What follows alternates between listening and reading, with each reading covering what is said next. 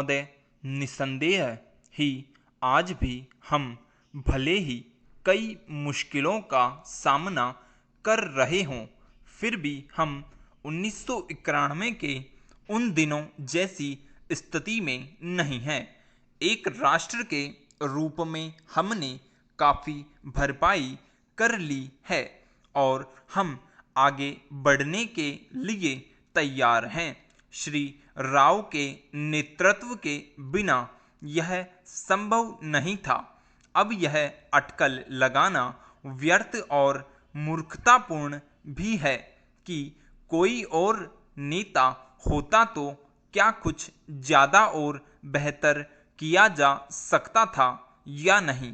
तथ्य यह है कि वही नेता थे जिनके कारण हम एक ऐसी स्थिति तक पहुंच गए हैं जो देश और उसकी तरक्की के लिए निरापद है।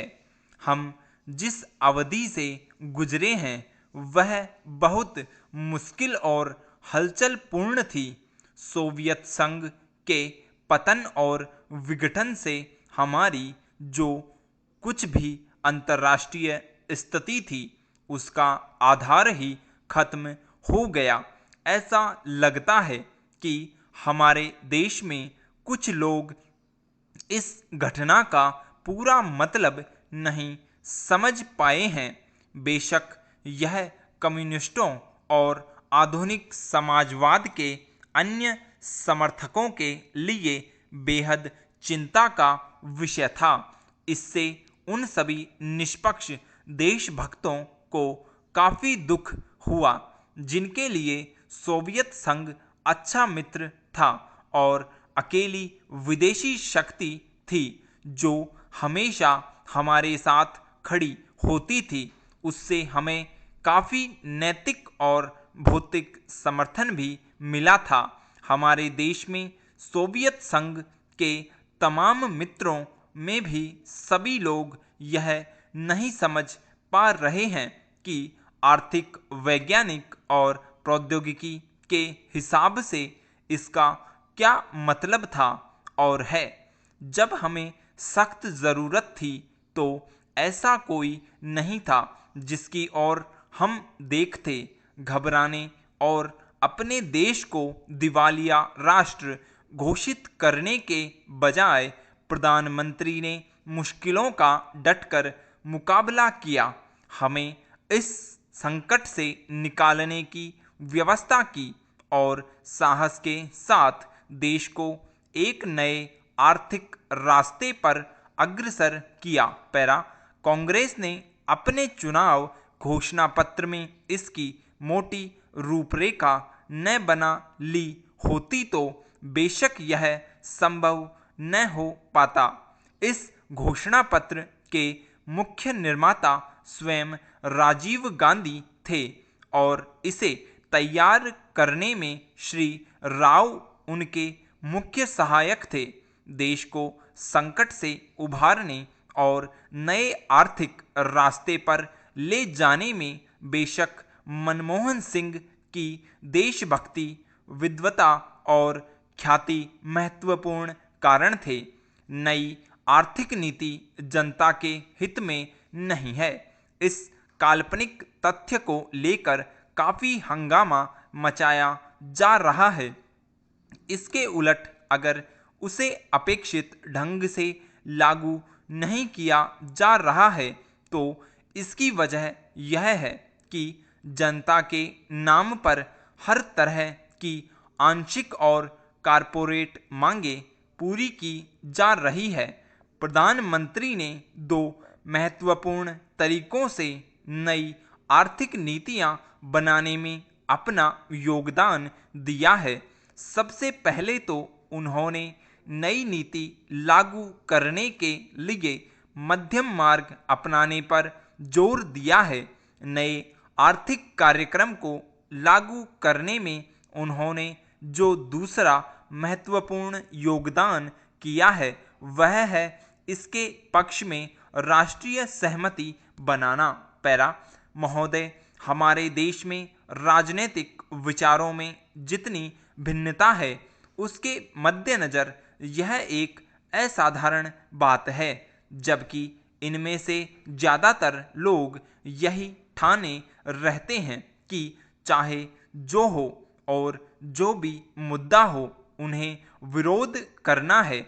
चुनाव में झटकों और यदाकदा टेढ़े मेढ़े रास्तों के बावजूद प्रधानमंत्री के नेतृत्व में जो नई आर्थिक नीति बनाई गई है, उसे राष्ट्रीय स्तर पर स्वीकार कर लिया गया है। माकपा से लेकर जनता दल और भाजपा तक आर्थिक क्षेत्र में मूलभूत सुधार के अलावा पंजाब में नाटकीय बदलाव आया है।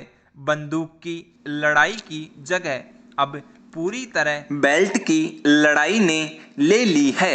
उस प्रदेश की जनता के लिए यह दूसरी आज़ादी से कुछ कम नहीं है।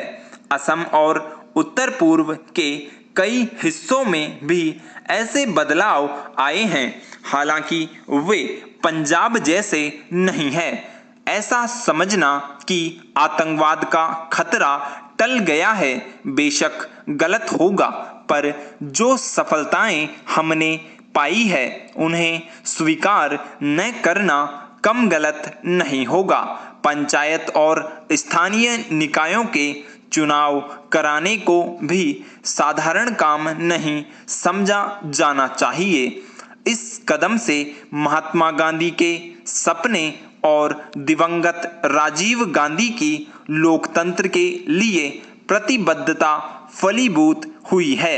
यह संविधान की अपेक्षाओं के अनुरूप लोकतांत्रिक क्रांति को आगे बढ़ाने का प्रतीक है। इससे हमारे राष्ट्र का लोकतांत्रिक आधार मजबूत हुआ है। पैरा हिंदुत्व के घटते उन्माद का ध्यान रखना भी उतना ही महत्वपूर्ण है।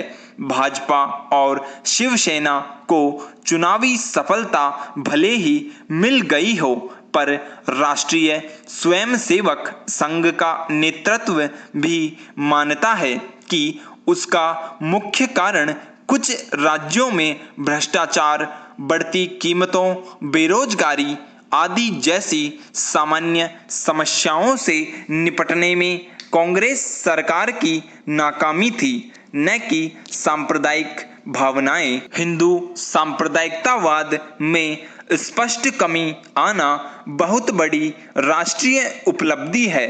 इन सबसे महत्वपूर्ण है सार्वभौमिक मामलों में भारतीय व्यक्तित्व का फिर से उभरना। इसके आयाम हमारे विदेश संबंधों में आर्थिक अंश की वृद्धि से कहीं अधिक है। चीन से संबंध लगातार सामान्य होते जा रहे हैं। भारत ईरान संबंध फिर कायम हो गए हैं। इसी तरह दक्षिण अफ्रीका के साथ परस्पर लाभ के सहयोग की नई संभावनाएं बनी है। अमेरिका और अन्य विकसित पूंजीवादी देशों से सहयोग बढ़ाने की दिशा में समुचित ध्यान दिए जाने के बावजूद किसी भी मसले पर हम नहीं झुके हैं। समर्पण की बात तो दूर है, इसमें आर्थिक संबंधों के महत्वपूर्ण स्वरूपों के अलावा रक्षा का क्षेत्र भी शामिल है।